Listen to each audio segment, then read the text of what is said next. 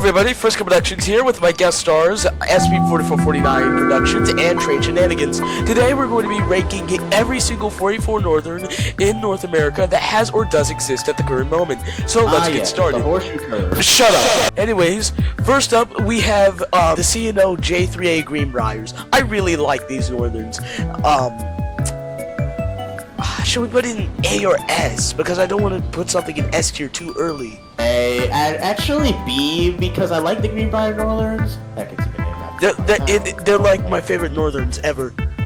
But like, I don't know. I think they're a little overrated, but they're decent. I like them. Steve, you got anything to say here?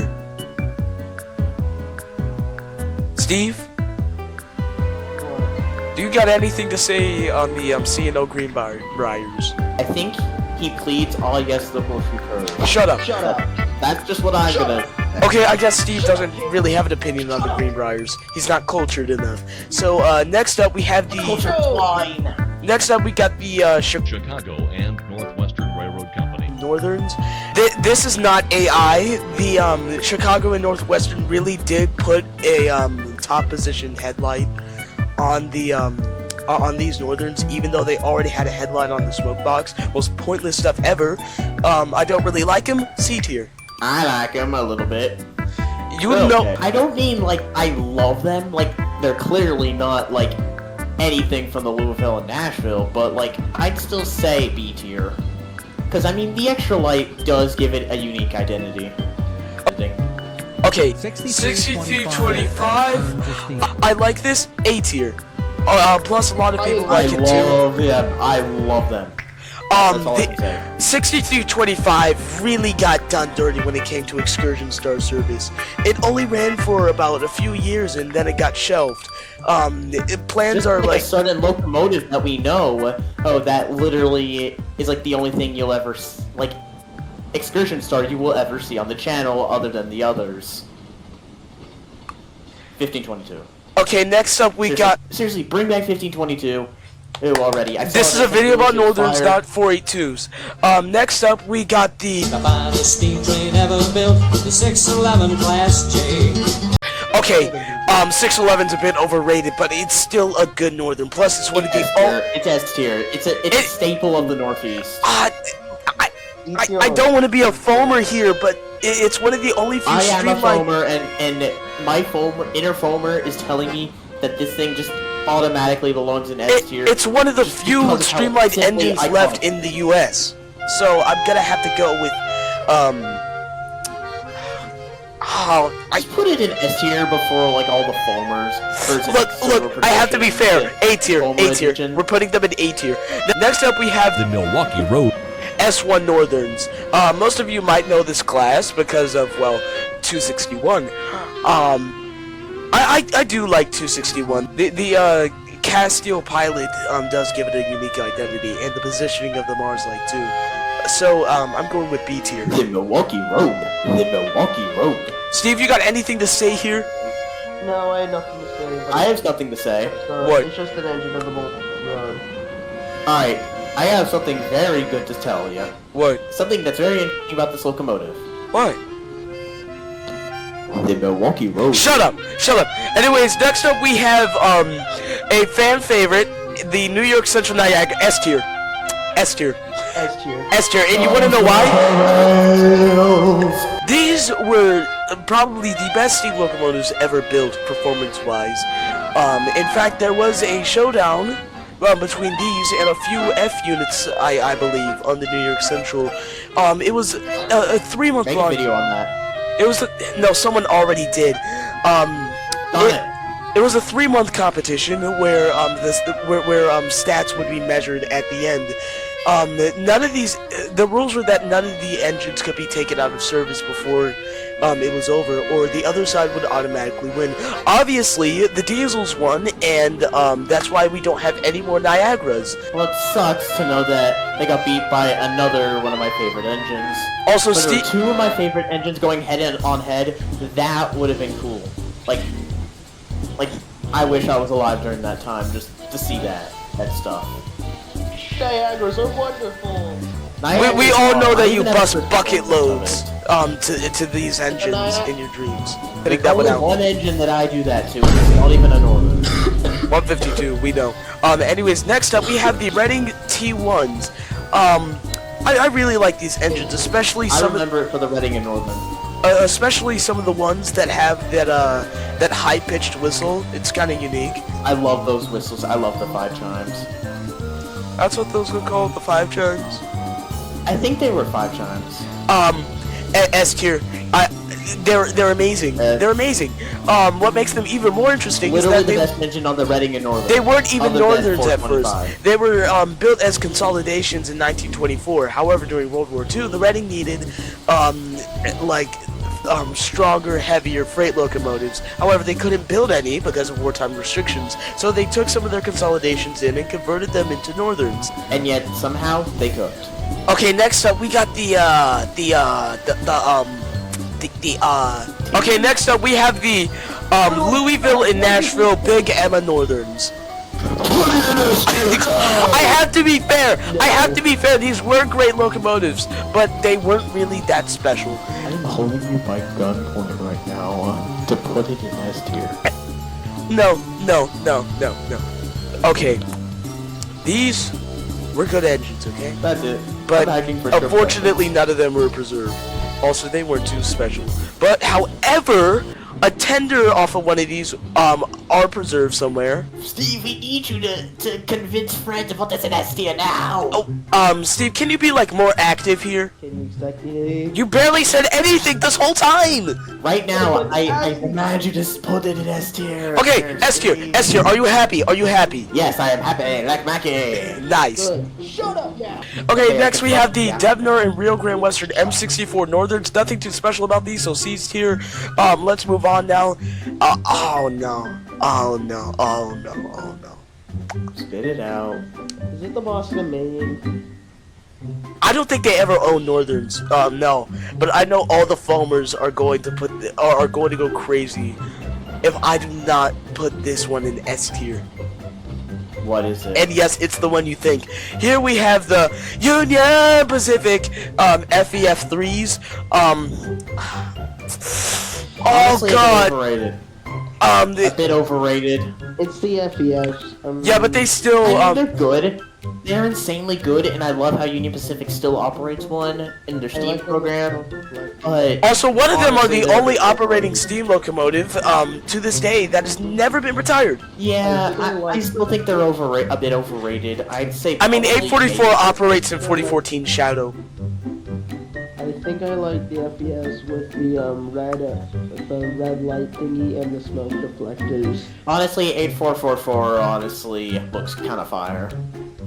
Okay, next we got the CB&Q 05B Northerns. I really do like how these look. Yeah, model of it on Roblox. Me too. Yeah. Most of these engines that we just listed, I have made a model for Frisco's Trainz. Alright. It's a shame. Two of these were preserved, but however, one of them were scrapped because of, well, you know, if you ever heard the name Richard Jensen, you know.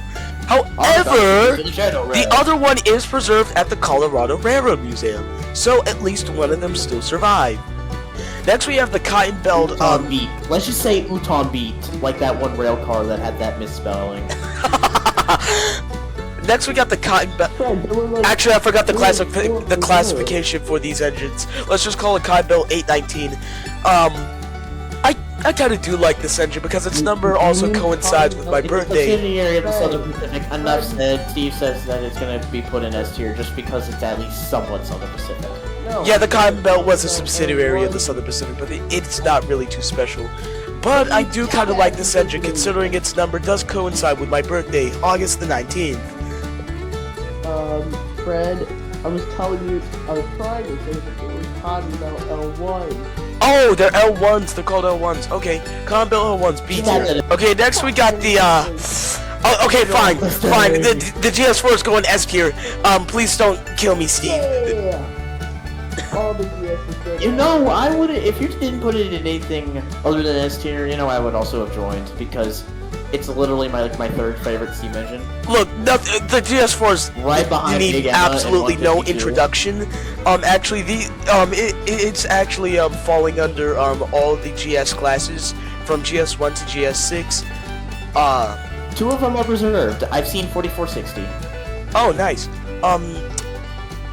Next we got the ATSF 2900 class Northerns. 2926 The kind of Fulmer stands in crazy. 3751 Shadow, but it's still a great locomotive. Plus, I made an RTC episode on it once, so that must mean something. A tier. And also the foamers love it. It really needs to be put on actual excursion service, though. Okay, next we have the Great Northern S2s. These were the flagship I like the Great locomotives of the Empire State Service. Bro, frick, no! I mean, these were the flagship locomotives for the Empire Builder Service that the Great Northern had. One of them are still I might preserved. actually go ride the Empire Builder someday. One of them are still preserved, in fact, on a park display somewhere.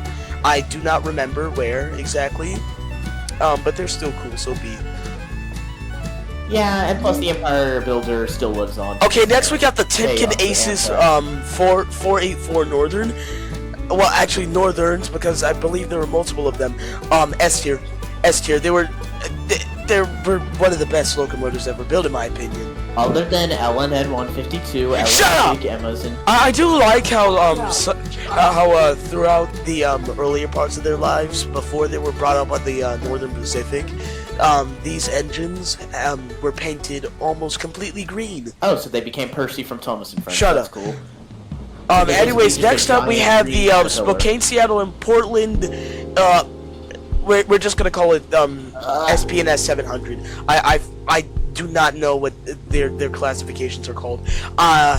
Literally no one really likes this one at all. D tier. Yeah, D tier, they suck. They honestly suck. They aren't that bad. It's just that no one really cares. I for don't them. like them. If only it was LNN 152. Okay, next up we got the Frisco 4500 Meteor. You Northern. can see where this is going. S tier. I'm just kidding. A tier.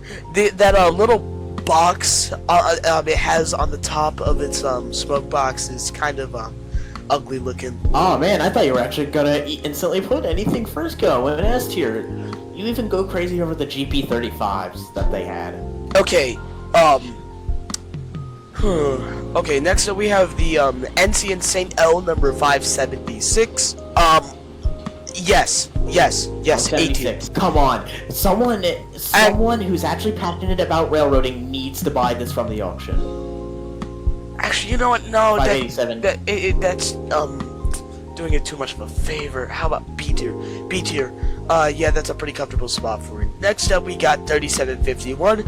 I know that the entire rail fanning community is going to go after me if I put it anywhere in S tier. This locomotive needs absolutely no introduction, so we're just gonna move on. Steve, do you have anything to say on the 3751? I got something to say. What? About it? Santa Fe all the way. It's the Coaster Fan intro, isn't it? Okay, next we have the Western Pacific GS64s. I do not like how the smoke deflectors look on these. Definitely not. D tier. Okay, next we have the Western Maryland Potomacs. No one really cares I've for seen these. the CS6 Heritage unit, but that's really all I remember of them. Okay, C tier for Of the Western Western Maryland Potomacs. Not too special. I like Western Maryland. Even I've seen the CS6 Heritage unit, but that's really all I can remember of them. Okay, now for the Central of Georgia Big Apple Northerns. That was their nicknames, Big Apples. They did not run in New York. Yeah, I mean, these were the main freight pullers for the freight haulers for the Central of Georgia. Not many of you know that railroad, I'm pretty sure. It's basically It's basically Beta Illinois Central. Yeah. And last but not least, we have these the Canadian National U2G Northerns, the only Canadian locomotive in this. I really do like the engines from Maple Syrup Land. So 18. Okay.